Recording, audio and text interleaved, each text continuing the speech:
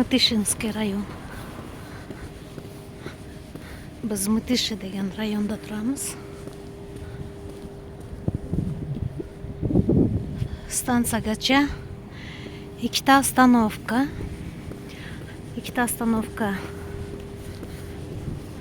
Peshkom yuraman. Kichkina ostanovkalar. Mana bu Krasniy Kit.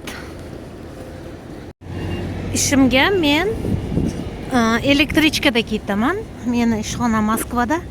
Lekin o'zim Moskva oblastida yashayman, Mıtışı rayonida.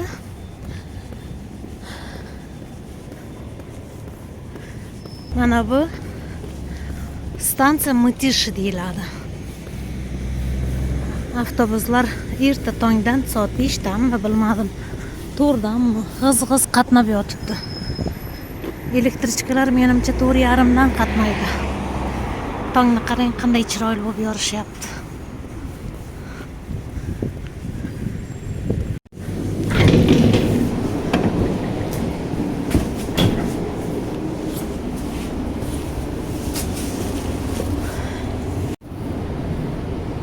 Yangi poyezd qo'yishgan. Ko'ryapsizlar qanday surat. Shunaqa chiroyli. Hamma sharoit bor. Zaryadkaga qo'yishga. Haliyam bu sal eskirog'i. Bundan ham yangi qo'yishgan. Bundan ham yaxshi условиялari bilan. Двери закрываются.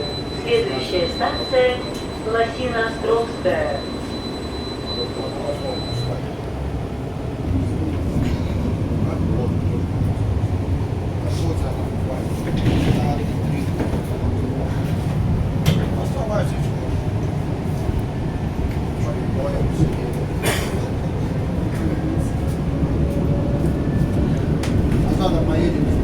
Azizlarim, kimda shunaqa narsa bo'lgan? Shunday hayotdan charchagan vaqtda yoki bo'lmasam вообще zerikkan vaqtida hayotdan charchaganda emas, faqat ishlayverib charchaydi-ku odam. Shunaqa vaqtda shunday poyezdga o'tirib uzoq yo'lga kimniki shunaqa qilib ketgisi kelgan.